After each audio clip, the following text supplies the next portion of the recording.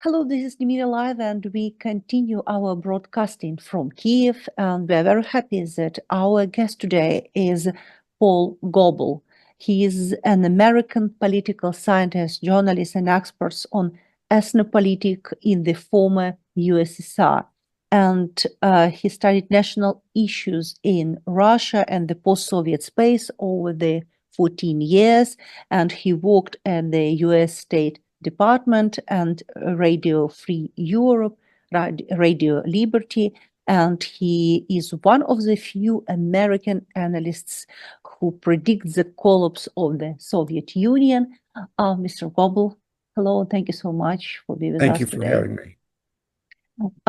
Mr. Goble, we remember how before the collapse of the USSR, many on the West were afraid that the collapse of the Soviet Union will change the situation dramatically. And I remember the visit of President Bush to Kiev when he gave his, everybody remember his speech in Ukrainian parliament. Yeah. And now there is a feeling, a strong feeling that the history repeat right now. And that the West is more afraid the collapse of Russia than it wants Ukraine to win. What do you think about that?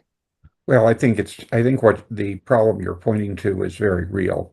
The reason that it's real is because people are asking the question in the wrong way. If the Soviet Union had continued to exist, it would have been a threat to its own people and to everyone else far greater than the threat that the disintegrated place meant. The same thing is true now. A Russian Federation that stays in one piece is going to be a far greater threat to peace and stability in the world than a Russian Federation that comes apart. If you ask the question that way, you can see clearly that it is in the interests of the world and of the peoples now within the borders of the Russian Federation for the Russian Federation to disintegrate.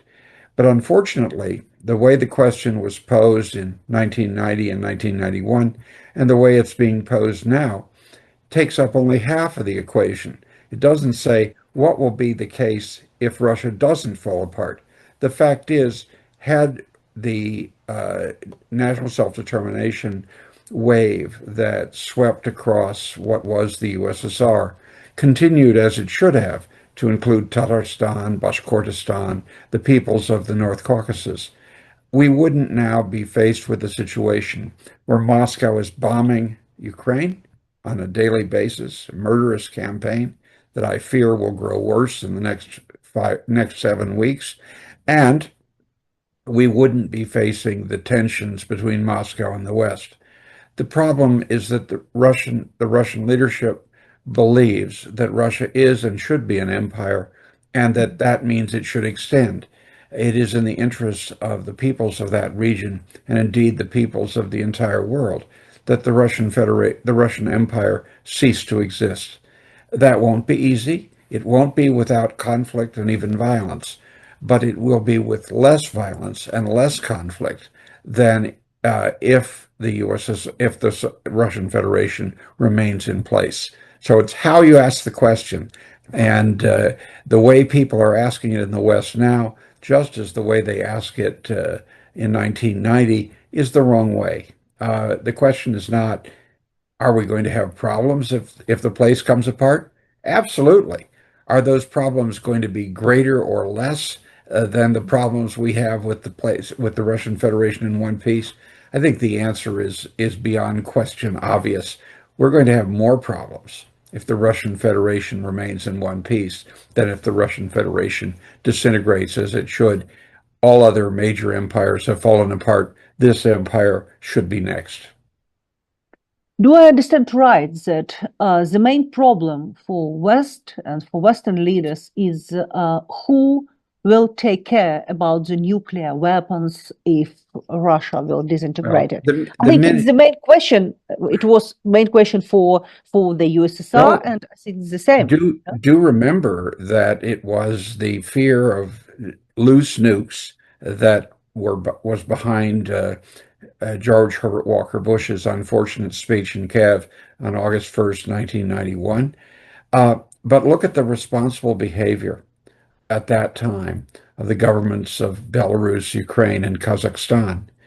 I don't think that there's any question that there would be more responsible behavior in the future if the place came apart. The question is, can the Kremlin ever use nuclear weapons on its own people?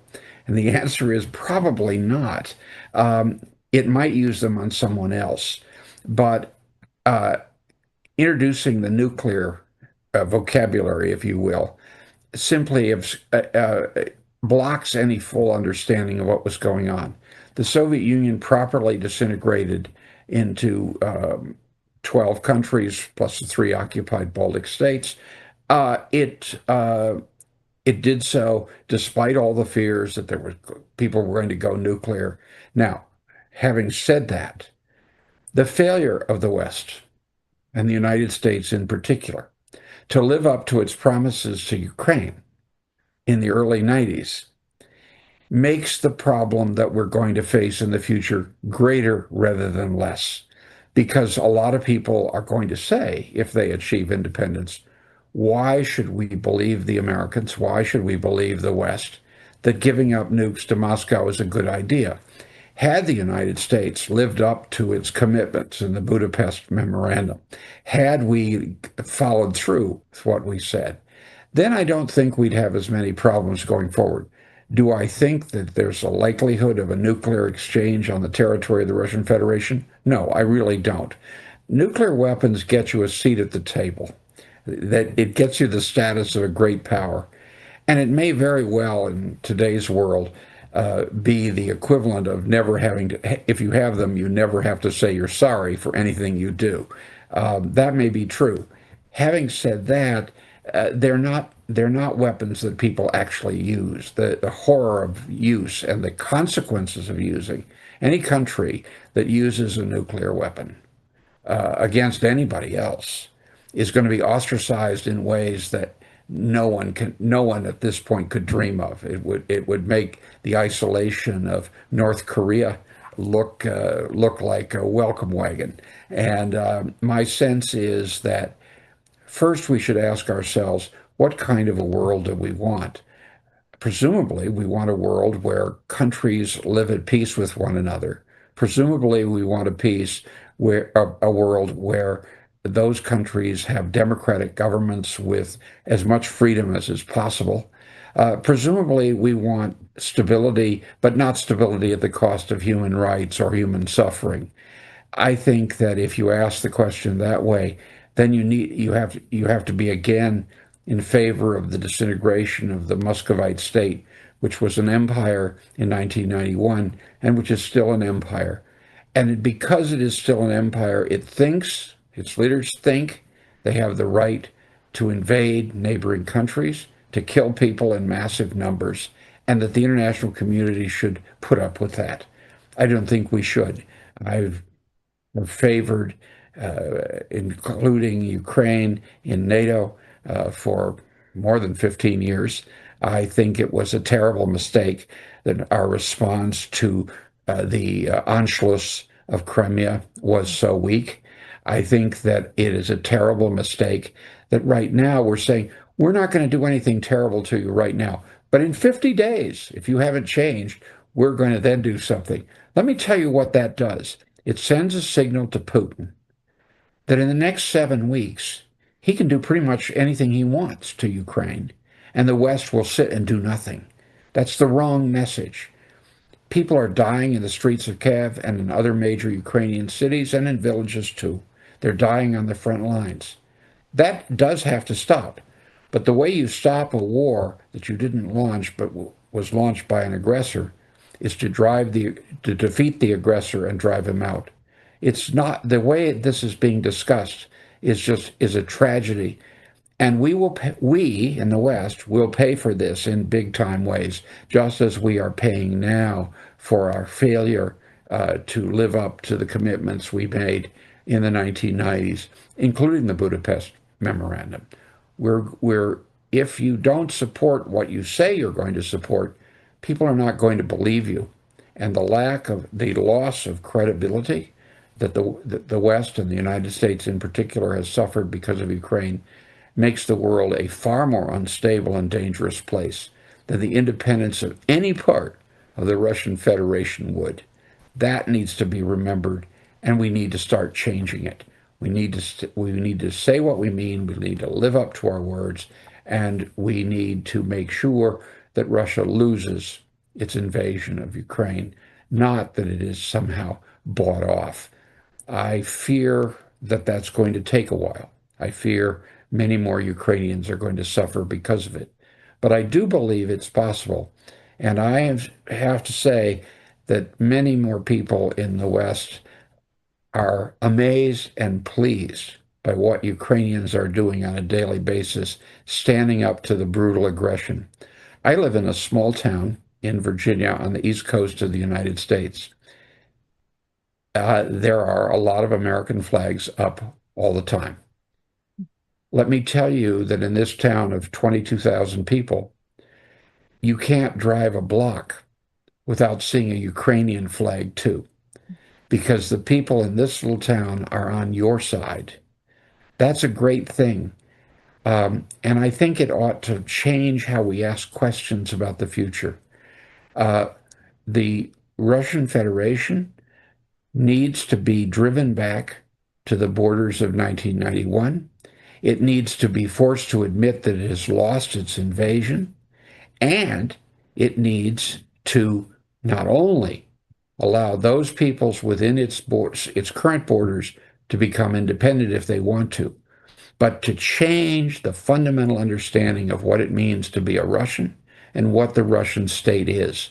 We need to move to a time when any government that remains in Moscow will be both democratic and not imperial. That's going to require a huge set of changes. It won't happen under Vladimir Putin, the FSB officer who is committed to imperialism and repression. I hope it will happen in the future. It's not going to be easy, but it wasn't easy for Ukrainians who were occupied by Russia in the 17th century and escaped Russian occupation in the 20th and are now fighting to defend what they achieved. It wasn't easy and it won't be easy, but I hope that my country will return to its position of support. We never supported enough. I believe that the Putin's aggression against an occupation of Crimea could have been reversed quickly had the United States made it clear that we want Ukraine in NATO in 2014. Bombs would not be falling on Kiev today.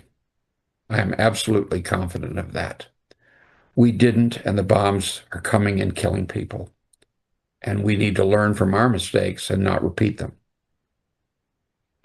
Mr. Goble, do you think that the disintegration of Russia is possible right now, and what could be the reason for this disintegration? It's Well, I think religion or the end of the war or something else? well, I think is it possible? Of course it is, but it's best not to ask the question so globally. Is it all going to happen at once? Well, the Soviet Union fell apart in 1991, but it only fell part of the way apart. And the process of, I think we're still in the midst of imperial decay. I believe that the Russian Empire has been in decay since 1901, when it occupied northern Afghanistan. I think that since that time, it's been in retreat, first in 1917 with Poland, the Baltic countries, and so on, then in 1991 with so much more. But this is a long-term process. I believe that it will happen. I don't believe it will happen under Putin. That is to say, I don't see Putin saying, yes, I've changed my mind. I'm going to let anyone who wants to leave go. That to me is unthinkable. But there are many Russians who supported the end of the Soviet Union because they believed that the non-Russian republics were a greater burden on them than a benefit. There were many who thought, we're sending money to Central Asia, to the Caucasus. Why should we do that? We should be spending that money on ourselves. There are many Russians today who say, why should we be sending money to bomb Ukraine when we don't have enough schools, we don't have enough doctors, we don't have enough medicines? That's not important. That's very important.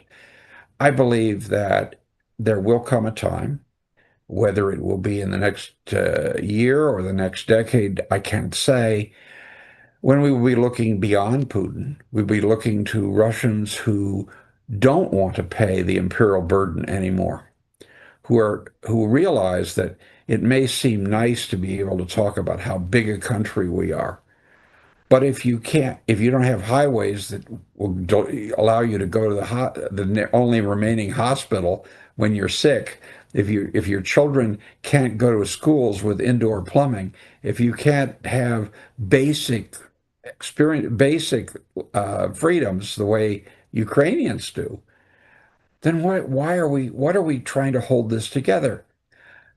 I think the process will take a while, but it won't be one big bang.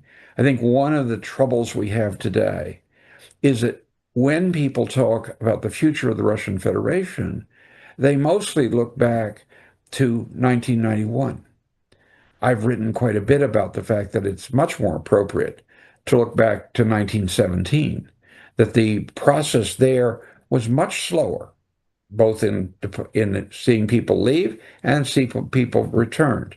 I believe the same thing will be true. And I think that the lesson we should have learned after 1917 and 1991 is that allowing a Russian core of the country to play on patriotism covers up the evilness that both the Soviet and the Putin regime represent.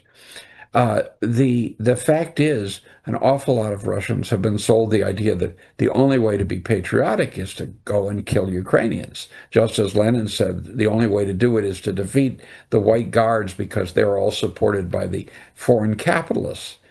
Well, it's been observed by many people, not just me, that the tragedy after 1917 is that the West supported the white movement just enough to get it defeated. Had it provided more support, the whites would have won. They would have won. Lenin would be known only to a few experts on Russia. The tragedy happened again. In 1991, the West took the view, oh, the Cold War is over. We won. It's time for a peace dividend, and we have the end of history. I think when historians several centuries hence look, they're going to see the West's obsession with the idea of the end of history as one of the great failings of our time. And it's a failing that you and Ukraine are suffering more from than anyone else right now. But I do believe that the era of empires is over, and that doesn't mean it's over instantly. But I cannot imagine a world which will have a state centered on Moscow that will have borders anything like the ones today. And I believe that we will see, as that process unfolds, we will see both movements to extreme imperialism, extreme nationalism. I mean, Putin is unthinkable if you don't understand what 1991 meant to the KGB. For them, it was the loss of empire. For a lot of Russians, 1991 was something good. Putin has sold the West and many Russians on the idea that the 1990s were a terrible time. No, they weren't a terrible time. They were a time when people could read what they wanted, say what they wanted, and where a lot of people did a whole lot better off.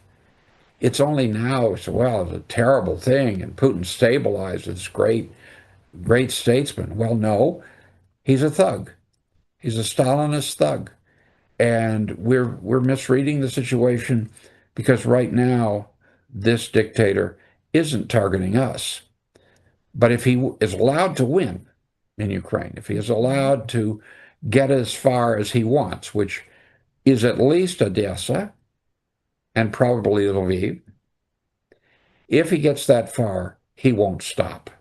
He'll have been sent a signal that the West is a hollow man, and he will go further, and he will attack NATO countries, and ultimately he will attack the United States. I hope he doesn't have that much more time and power. Mr. Goble, sometimes I think that despite of the existence of many clever and good experienced experts on the West, many mistakes were done. Because it is a big surprise for me how it could happen. You just start to speak about that, but nevertheless, how it could happen that all the time nobody see in Putin such a potential of aggression. How it was a big mistake. I regret to say that the reason for that has deep roots. The first root is that the people who focus on this region always hope that something better will come, and they keep looking for the better too soon. Second, I don't think the West, even to this day, is ready to admit just how evil the Soviet Union was. I think to this day, there are a lot of people who talk about how Moscow expanded education, it built industry, it defeated Hitler, therefore it's all is good. No, it did those things, but it built the Gulag. It destroyed people's lives because they wanted to breathe free. The West doesn't really want to look at that. But I suppose the more immediate cause, those are sort of cosmic causes, but I think the immediate causes. Suppose you're an official in a Western government. It's really tough to achieve things unless you imagine you have somebody on the other side who'll work with you. And so you have a tendency to believe that the major powers are headed by people who wants to settle things, who want cooperation, especially if the other side is headed by leaders who are clever enough to play you like a violin. This is what Putin does. He holds out. Well, if you'll only be cooperative on this, we can do all these other things. And guess what? There are hundreds, if not thousands, of officials who work on foreign policy in Washington and other countries who are just thrilled with the possibility that maybe they can do something positive. What they fail to see is that there are occasions, this is one of them, where because of the incomplete disintegration of the Muscovite Empire, we face a situation where we have someone who's prepared to go to war. And this is much more like Germany in the 1920s than it is like the Soviet Union even in the 1980s. Gorbachev really did want a deal because he realized things were coming apart, and he thought a deal would prevent that. He didn't realize that he didn't have the capacity or the guts to do the horrible things that it would take. There were people who were prepared to do terrible things. I mean, as every Ukrainian knows, everything changed for the fate of the Soviet Union because of the coup, because it showed that right behind Gorbachev, who talked nicely to people, there was a large class of cadre, including people like Putin, who were quite prepared to drown everyone else in blood for them to remain in power. But we now are once again at a time when somehow a Western leader picks up a telephone, talks to Putin, thinks, I can cut a deal. Well, you can't with someone like that. Someone like that has to be defeated. You couldn't cut a deal with Hitler, and you can't cut a deal with Putin. But that's not a lesson that a lot of people want to learn, because it requires sacrifice, discipline, and thinking long term. And none of those qualities are in large supply at present, unfortunately. I would hope that what we have learned in the West by the Ukrainian, remarkable achievement of the Ukrainian people, especially since February of 22, that people really do want to be free and that they really will fight. I remember in February 22 when the Russian military rolled over the Ukrainian border, and many people, the pessimists thought Putin might be right and would take 3 days to get to Kiev. The optimists thought it might take longer, but there was very little sense that the Ukrainian people would stop this vicious dictator and his invading armies. You've done that. We should learn from that. It's my favorite image of the world is a picture of a blade of grass breaking through concrete. The concrete always looks stronger, but the blade of grass always wins. Today, Ukrainians are the blade of grass. You're offering a lesson, which I hope all of us will learn. The oppressors look strong. They look like the only people who matter. But the people who want to be free are ultimately the ones who are going to win. It isn't going to be easy. It isn't going to be without defeats along the way. But I believe it's something that if the international community recognizes what we're up against and who, thank God, we have as our allies, namely the Ukrainians, then we can make it progress toward a much happier future sooner rather than later. Mr. Goble, let me ask you to think a little bit about possible scenarios in Russia's war against Ukraine, because there are different interesting situations. For example, if you look for the West, for the understanding from the West, this war, at the beginning of the war, during the first 2 years of this big invasion, in West, many experts say that if Russia will struggle or we will have a war in Ukraine, Russia became weaker, weaker, and weaker, and in the end, just stop in Ukraine, and everything will be done. Year after, in this year or even in 2024, we saw and we hear from Western leaders that they say that Russia is prepare for big war with NATO countries. And does it mean that Russia became stronger and stronger? It's the same. It's the same. It's about mistakes or not mistakes. It's a wrong understanding of the situation or no.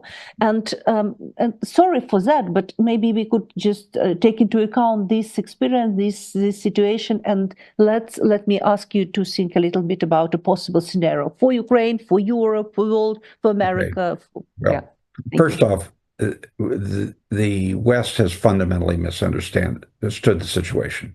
Russia is a giant with not just feet of clay, but clay right up to the shoulders. It is weaker. It is in less good shape today than it was in February 22. That's a reality. However, it has strengthened itself in two ways, neither of which it should get credit for. The first is the response of the West to what was done was inadequate and in some ways misdirected. There were a lot of things that the West could have done and didn't do. We could have lifted all the visas of Russians in the West. We could have frozen all Russian assets in the West, and we could have done it in February of 22. We've done little of that, and we've delayed it out so that the Russians have time to move things around. That's why I said saying you're going to do tough things in 50 days is one more piece of a retreat. The second is the Russians have discovered, precisely because Putin is not committed to Marxism-Leninism, but rather power and aggression by it themselves, that threatening people, using disinformation is incredibly effective.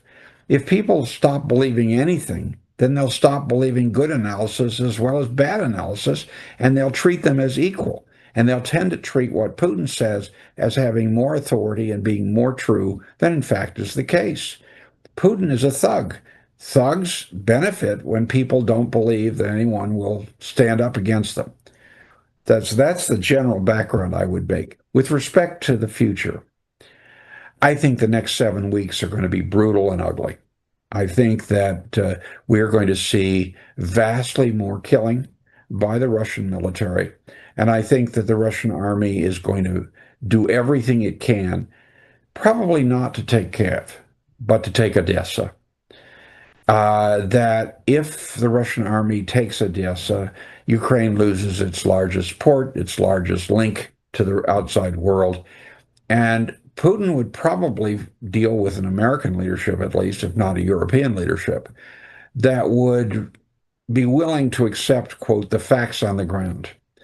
I fear that. I fear that is the outcome of the next 7 or 8 weeks. Having said that, I think that tells the Ukrainian people that they should expand on what they have done so far, and that is to be prepared to engage in guerrilla war. I think the Ukrainians, they've done some, they could do a lot more. And I think that they will do more to go after the weak points of the Russian Federation inside the Russian Federation. Not only ethnic, non-Russian ethnics, but also regions. I hope that Zelyony Klin becomes a watchword for Ukrainians in the coming days. I think, though, that this is something that should be done. Will it defeat Moscow in this? No. Will it make it tougher on Moscow? You bet. They're terrified of the Ukrainians in the Far East. They're terrified of the Ukrainians along the Kazakh-Russian border. They're terrified of the Idel-Ural peoples of the Middle Volga. Ukrainian support for those things is all a good thing. Now, can that by itself necessarily reverse what I'm afraid I see in the next few weeks? No. What it can do, however, is lead more and more people in Russia to conclude that this is not a war we really want to fight. We're going to lose more than we're going to gain. And at some point, somebody is going to go into Putin's office and say, this is a game that can no longer go. That's my hope. When that will happen, I don't know. But the good news is that he can't live forever. And as being 76 myself, I think a lot about not living forever. But I think that's something that there are Russians who are not on that, who are not in his camp. And a lot of people have bought the idea that everybody is. No, that's not true. With respect to Europe and the United States, one is I think that the Europeans are getting better and better. I've been impressed, as I could not have expected to be, by the Germans and the French who have really stepped up. I'm not happy at all with my own government. I think that we're wrong. I think we defer far too much to Putin. I think we engage in too much Putin-like activities, in fact. Do I think that's forever? No, I don't. I think there are millions of good Americans who are not part of that. And so I think there may be changes again in the United States in a good direction. Again, is it going to come in the next month or two? No, not necessarily. Is it going to come over time? Yes. I've always said I'm a short-term pessimist and a long-term optimist. I think that in the short term, things may very well get a great deal worse. I think in the longer term, what Ukrainians have already won, they will build on, and they will be a model for others. And I think that's just great. I think it's something you can be incredibly proud of. I I I hope that that happy future comes as soon as possible and with as little suffering as possible. But I also believe it will come. And when people recognize that, and it'll probably be late, unfortunately, in a lot of places, including my own country, we will have a much better world. Mr. Goble, thank you so much. But let me ask you the last question. I think Okay. it is very important because do you think that partnership among Russia, North Korea, China, Iran, Belarus matter? Or it just matter not just for Ukraine, but for the world as well? For Europe? I think you've just listed the chief outcasts of the world. The Chinese, I think, are in a slightly, I think each of those countries in a slightly different position. I think I think the Chinese are very suspicious of the Russians.